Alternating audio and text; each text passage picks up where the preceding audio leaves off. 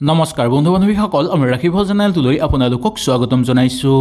নৱবৰ্ষতেই কপাল ফুলিব পাঁচ ৰাশি জাতক জাতিকাসকলৰ তেওঁলোকৰ ভাগ্য ধন আৰু সুখ বিৰাজ হ'বলৈ ধৰিব। হঠাৎ অৰ্থ লাভ হ'বলৈ ধৰিব আৰু সম্পত্তিৰ প্ৰবল যোগ নামি আহিছে। আহক তেনেহ'লে আজিৰ ভিডিঅ'টোৰ যোগেদি আমি সম্পূৰ্ণভাৱে জানি লওঁ। যদি ভিডিঅ'টো ভাল লাগে লাইক এটা কৰি আমাৰ মনোবল বঢ়াব আৰু আপোনালোকৰ বন্ধুবৰ্গৰ লগত শ্বেয়াৰ কৰি তেওঁলোককো উপকৃত কৰিব।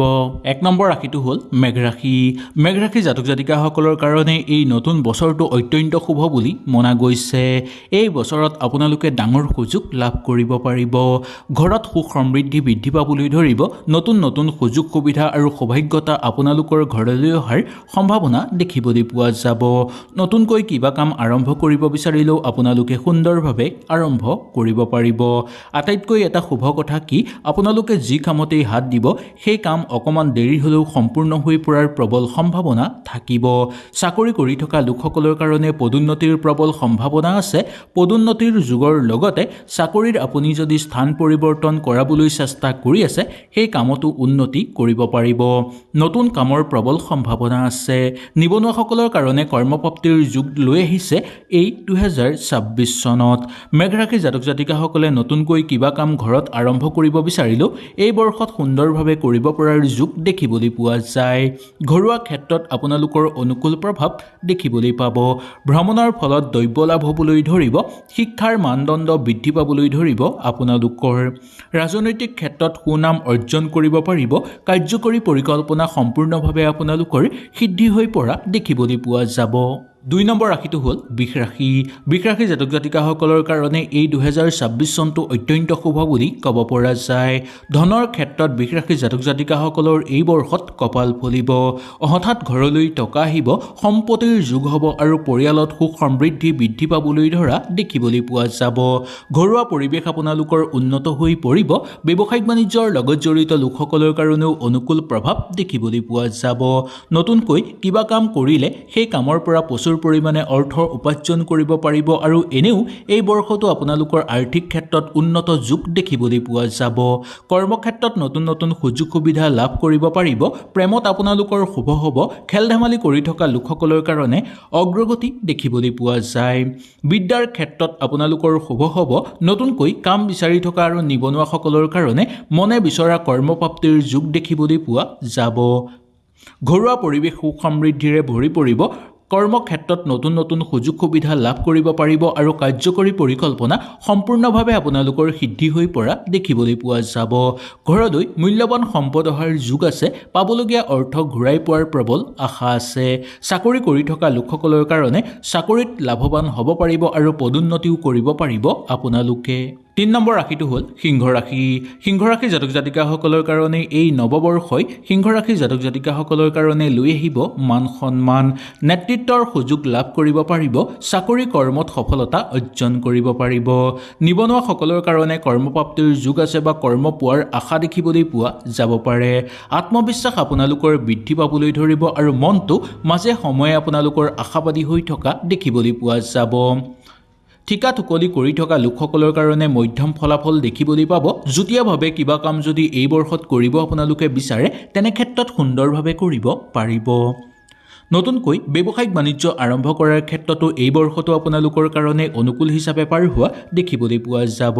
বিদ্যাৰ ক্ষেত্ৰত অকণমান মনোযোগ দিলে আৰু অধিক উন্নতিৰ ফল দেখিবলৈ পাব।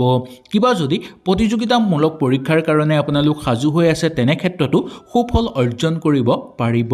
কৰ্মক্ষেত্ৰত চলি থকা সমস্যাবোৰ দূৰ হৈ পৰিব। নতুন সুযোগ সুবিধা লাভ কৰিব পাৰিব আৰু নতুন কামৰ কাৰণে যদি আপোনালোকে কিবা আগ্ৰহী হৈ আছে সেই কামো সুচাৰুভাৱে হৈ পৰিব। কাৰ্যকৰী পৰিকল্পনা সুন্দৰভাৱে আপোনালোকৰ সিদ্ধি হৈ পৰা দেখিবলৈ পোৱা যায়। মামলা মোকদ্দমাৰ লগত জড়িত লোকসকলৰ সকলো সমস্যা সমাপ্ত হৈ পৰিব আৰু সকলো ফালৰ পৰা আপোনালোকৰ ঘৰত সুখ সমৃদ্ধি বৃদ্ধি পাবলৈ ধৰা দেখিবলৈ পোৱা যাব। 4 নম্বৰ ৰাশিটো হ'ল ধনুৰাশি। ধনুৰাশিৰ জাতক জাতিকাসকলৰ কাৰণে এই 2026 চনটো অত্যন্ত শুভ বুলি মনা গৈছে। দূৰ ভ্ৰমণ হ'ব আপোনালোকৰ, বিদেশ যোৱাৰ প্ৰবল সম্ভাৱনা বা যোগ নামি আহিছে। শিক্ষাৰ ক্ষেত্ৰত আপোনালোকৰ উন্নতি বৃদ্ধি পাবলৈ ধৰিব। নতুন চিন্তাধাৰণাই আপোনালোকৰ ভাগ্য সলনি কৰি তুলিব।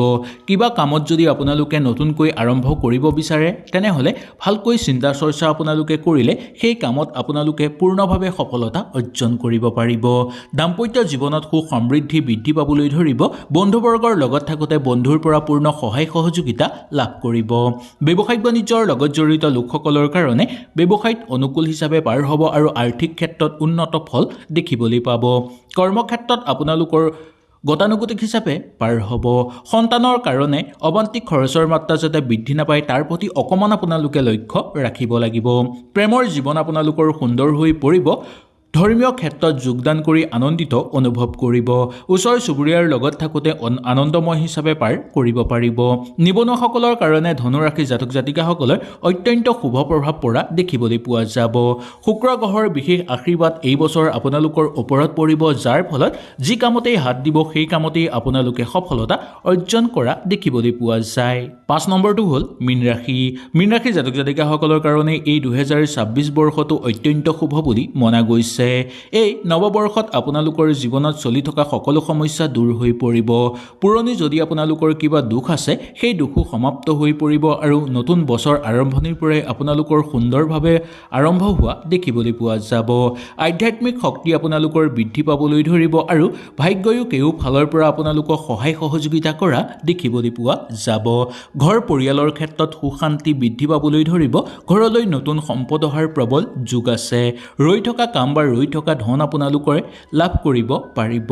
চাকৰি কৰি থকা লোকসকলৰ কাৰণে উন্নতি বৃদ্ধি পাবলৈ ধৰিব বা পদোন্নতিৰ সম্ভাৱনা আছে। যিসকল লোকে চাকৰিৰ অপেক্ষাত আছে তেওঁলোকে নতুন কাম পোৱাৰ আশা দেখিবলৈ পাব। সামাজিক ক্ষেত্ৰত আপোনালোকে আনক সহায় কৰি আনন্দিত অনুভৱ কৰিব। পঢ়া শুনাৰ ক্ষেত্ৰত অগ্ৰগতি দেখিবলৈ পোৱা যাব। অচিনাকি ব্যক্তিৰ পৰা পূৰ্ণভাৱে সহায় সহযোগিতা আপোনালোকে লাভ কৰিব পাৰিব। স্বাস্থ্য আগতকৈ আপোনালোকৰ উন্নত হৈ পৰিব।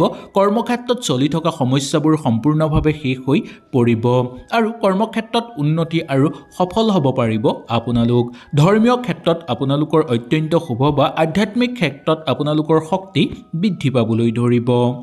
ৰাজনৈতিক ক্ষেত্ৰত সুনাম অৰ্জন কৰিব পাৰিব আৰু লগতে ঘৰৰ কাৰ্যকৰী পৰিকল্পনা আপোনালোকৰ সিদ্ধি হৈ পৰা দেখিবলৈ পোৱা যাব। এই 5 ৰাশিৰ বাবে নৱবৰ্ষত ভাগ্য, ধন আৰু সুখ একেলগেই আহিব।